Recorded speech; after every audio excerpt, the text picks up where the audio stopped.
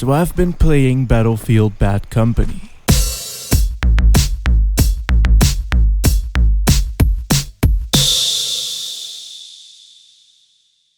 You know, after I reviewed Mirror's Edge quite a while ago, I really wanted to play some of EA's other Renaissance games. Now, the logical thing to do would be to dig into the Mass Effect series. I mean, it is often hailed as one of the most important Western-made RPG series ever, and while I'm sure that they're all great games and stuff, they're also a little bit daunting to actually start playing. You mean like that they're like really long, like, yeah? No. Oh, I get it, like, you're talking about the infamous ending of the third game. Nope.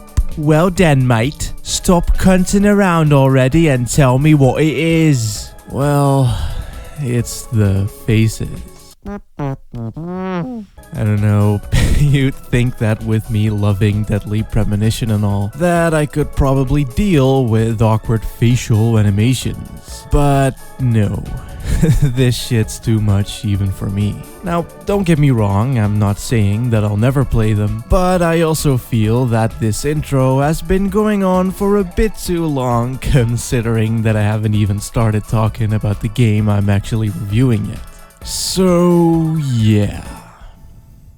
As I was saying, Battlefield Bad Company is also a game made during the time when EA temporarily decided to stop sucking their own dick.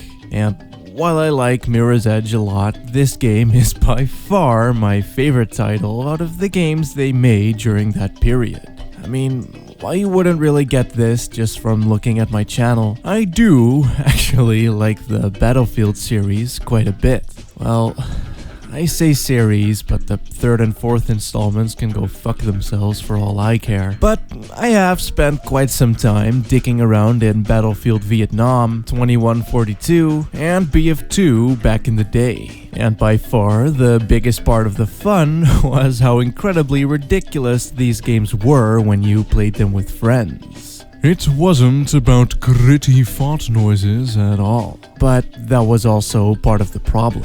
It needed friends in order to be fun, as there wasn't a whole lot of single-player content. So, when DICE decided to make a Battlefield game that was not only focused on single-player, but also on being a complete mongfest, I was all like, seems okay, I guess. I'll probably play it. And that's exactly what I did. About 3 years after its release. Anyway, the thing that makes this game as fun and funny as it is are the story and its characters. The story in question follows a small group of 3 soldiers labeled the Bad Company. They are fighting in a war between the US and not quite Russia, but also totally, most definitely Russia. Their task? Well, they're basically cannon fodder. I mean, they're not exactly very bright, as they usually just fuck everything up anyway. And new to their team is Private Preston Marlowe, our main protagonist. And together, they pretty much ignore the vast majority of the war and decide to go AWOL in order to steal some gold. These men were truly heroes of our time. Now, of course, with this being a first-person shooter, you shoot at things from a first-person perspective. So you run around the levels mostly shooting at things in first person. But unlike your Code of Honors and Medal of Duties, Battlefield isn't really a series known for its linearity. Granted, that was because it was originally focused on large multiplayer maps, kind of like an arcadey version of Arma, and thus it never had a story mode of any kind, but because of that, the single-player maps were also still designed in a similar way. So you get a large open map with a handful of objectives, buildings, and vehicles, and multiple ways to tackle each situation. Instead of a bunch of hallways and scripted events, each level is its own little sandbox with endless possibilities. Limitations may be included. And also, the story-heavy focus doesn't get in the way of the gameplay at all. There's a few cutscenes, sure, but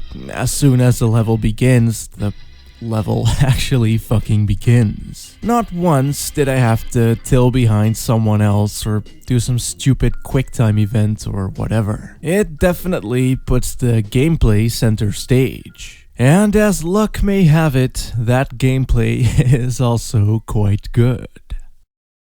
You see, as far as things like game feel or kinesthetics go, this game pretty much pins the piece of sellotape to the fridge. I mean, for one, the destruction in this is fucking amazing, as literally everything can be blown to shit, and I highly recommend that you do so. But even things like simply driving around or just fucking running all feel great to do because of the excellent sound design and the high animation quality. This game is a literal blast to play! Despite that though, it's also surprisingly tactical fantastical as well. Like, you really need to get good and not go full Mong all the fucking time to be able to play this. Thing is that most items in this game run via a timer-based system. So while you do get things like infinite heals or air raid drops, there is always a bar that needs to fill up after you've used it before you can do so again. And,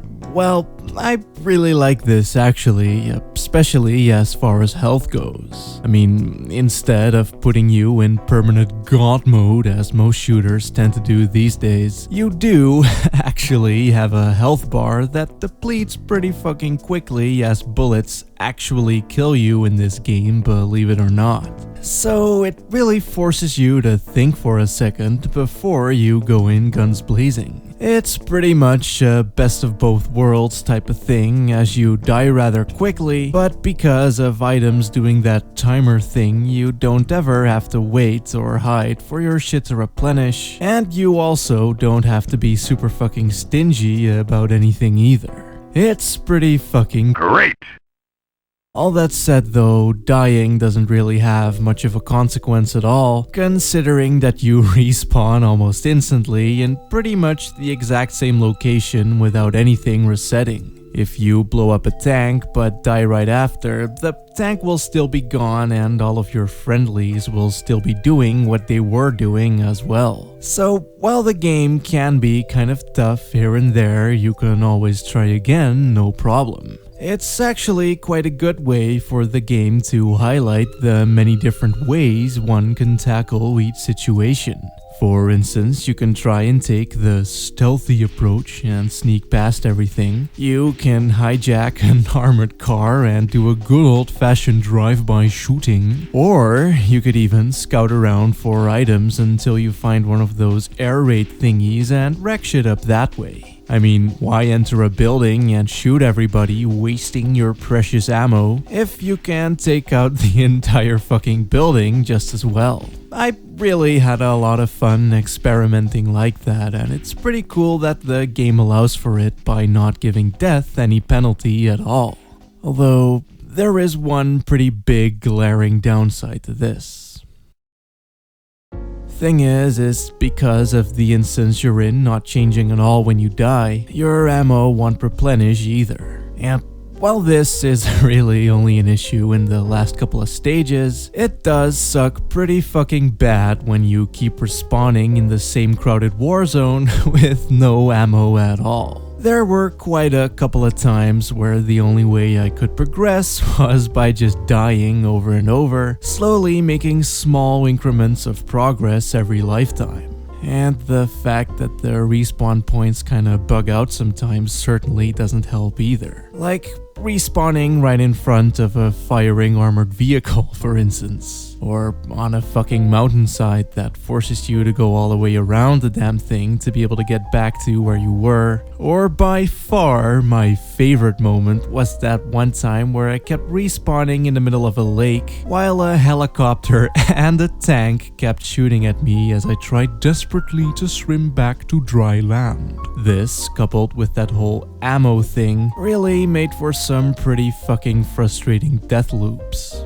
I guess there isn't much room for trial and error when the only error being made is on the game's part. And besides that, there are also a couple of minor things what I just don't like all that much. For instance, you can only carry one weapon at a time besides a knife and sub-weapons like grenades and stuff. The screen tearing is also pretty damn bad, but I guess that's what I get for playing the console version. And the game also does that thing where moving past a certain point will trigger the enemy spawn scripts. So sometimes you trying to be all smart taking the sniper position and then nothing will happen because you haven't moved past the trigger thingy yet. Kind of poopy if you ask me.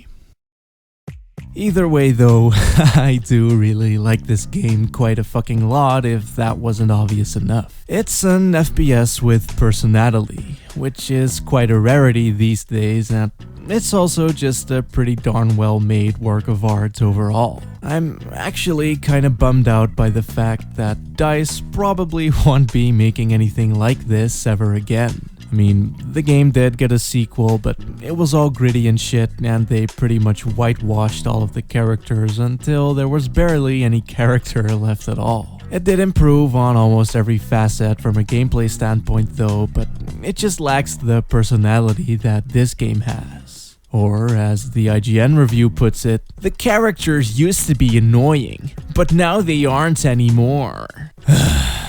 Take that for what you will, I guess. In any case, EA pretty much went back to being a douchebag again, as evidenced by what happened to Medal of Honor, Dead Space, and Battlefield 4. So, I don't really expect much of anything out of this series anymore. In a way, this game is almost like the final oorah right before everything went all poopy again. And poopy it most certainly went. Bitch.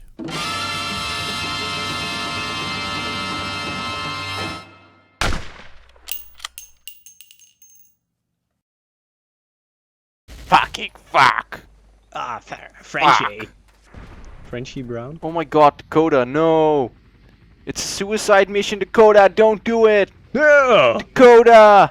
No!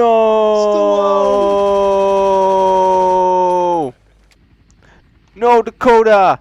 No! Oh my god, the jab shot him! The jabs, man! Ned, no!